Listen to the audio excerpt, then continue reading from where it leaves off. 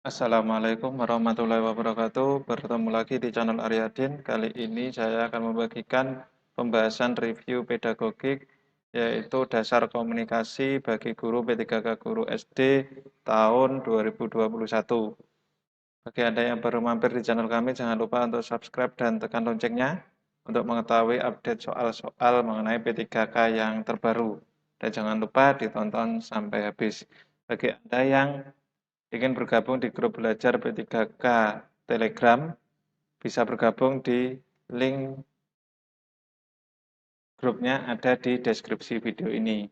Mari kita lanjutkan ke pembahasan soal yang pertama. Seorang guru dituntut memiliki kemampuan keterampilan bertanya dalam proses pembelajaran. Di antara pernyataan di bawah ini, manakah yang kurang tepat mengenai fungsi pertanyaan dalam pembelajaran? Jawabannya adalah yang C, yaitu mengukur keberhasilan guru dalam menyampaikan pokok pelajaran. Jadi ada beberapa fungsi pertanyaan dalam pembelajaran di kelas. Yang pertama yaitu merangsang aktivitas berpikir siswa. Yang kedua memfasilitasi komunikasi dalam pembelajaran. Yang ketiga memperkuat konseptualisasi dan yang keempat adalah untuk menilai pembelajaran. Kalau dilihat di sini untuk yang A ini mendorong minat dan motivasi siswa untuk berpartisipasi aktif dalam pembelajaran, berarti termasuk di poin yang pertama. Yang kedua, yang B mengembangkan dan membangun konsep diri, berarti memperkuat konseptualisasi. Yang D merangsang siswa mencari bahan yang lebih banyak atau eksplorasi, berarti bisa merangsang aktif berpikir siswa maupun memfasilitasi komunikasi dalam pembelajaran karena mencari bahan yang lebih banyak tadi. Soal nomor 2, pada saat tertentu siswa tidak akan memperhatikan apa yang dijelaskan oleh guru ketika dia menganggap penjelasan guru semakin tidak jelas, semakin bingung, bahkan semakin stres. Hal ini merupakan hambatan komunikasi antara guru dan siswa dalam bentuk gangguan kepentingan.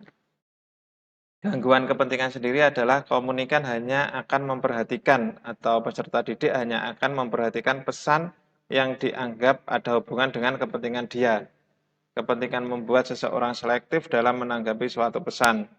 Pada saat tertentu, peserta didik akan memperhatikan apa yang dijelaskan oleh guru ketika dia menganggap penjelasan guru semakin tidak jelas, semakin bingung, bahkan semakin stres. Jadi, ini dalam dasar komunikasi ini juga penting, maka dari itu biasanya kan siswa itu harus diajak, harus penasaran dengan pelajaran yang kita ajarkan.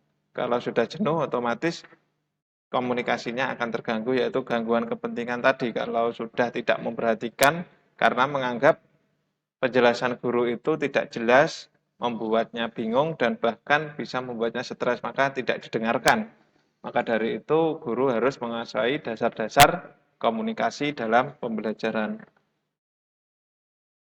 Soal nomor 3, indikator keterampilan komunikasi melalui presentasi hasil kerja ilmiah yang dilakukan oleh siswa dapat diukur melalui aspek-aspek di bawah ini, yaitu D. Siswa mengungkapkan data yang diperoleh dari pengamatan.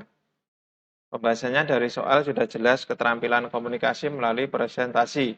Jadi jawaban yang tepat adalah mengungkapkan data yang diperoleh dari pengamatan. Kalau yang A ini kan praktikum, berarti bukan presentasi hasil. Mengumpulkan bukti hasil pengamatan juga bukan. Bekerja sama mendiskusikan temuan di lapangan kan masih belum hasil kerja ilmiahnya. Masih dalam bentuk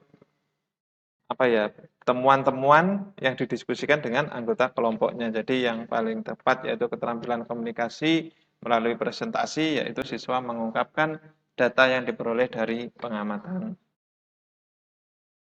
Soal nomor 4, dari pernyataan di bawah ini, pernyataan manakah yang kurang tepat untuk menjelaskan tentang komunikasi yang efektif?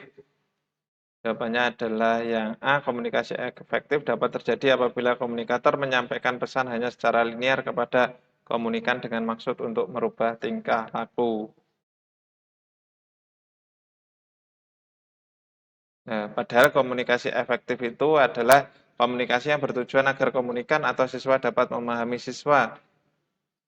pesan yang disampaikan oleh komunikator atau guru, dan komunikan memberikan umpan balik yang sesuai dengan pesan. Secara sederhana, komunikasi dikatakan efektif apabila pesan yang disampaikan oleh pengirim sama maknanya dengan pesan yang ditangkap dan dipahami oleh penerima. Kalau yang A ini tadi kan komunikator menyampaikan pesan hanya secara linier saja dengan maksud untuk merubah tingkah laku, tidak ada timbal baliknya. Itu. Nomor 5, merancang pertanyaan-pertanyaan dalam proses pembelajaran yang bertujuan memotivasi siswa untuk tetap menaruh perhatian pada pelajaran dan mengontrol siswa tetap fokus pada pelajaran sebaiknya dibuat atau disusun dalam rencana program pembelajaran pada bagian yaitu kegiatan inti. Dalam kegiatan inti ini isinya merupakan proses pembelajaran yang digunakan untuk mencapai tujuan pembelajaran yang dilakukan secara interaktif, inspiratif, menyenangkan, menantang, memotivasi peserta didik untuk secara aktif menjadi pencari informasi, serta memberikan ruang yang cukup bagi prakarsa, kreativitas, dan kemandirian sesuai dengan bakat, minat, dan perkembangan fisik serta psikologis peserta didik.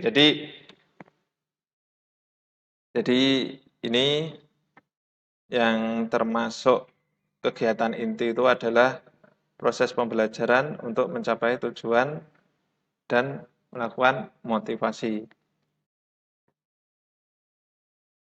Soal selanjutnya nomor 6, menyampaikan tujuan pembelajaran atau kompetensi yang ingin dicapai melalui pembelajaran yang akan dilakukan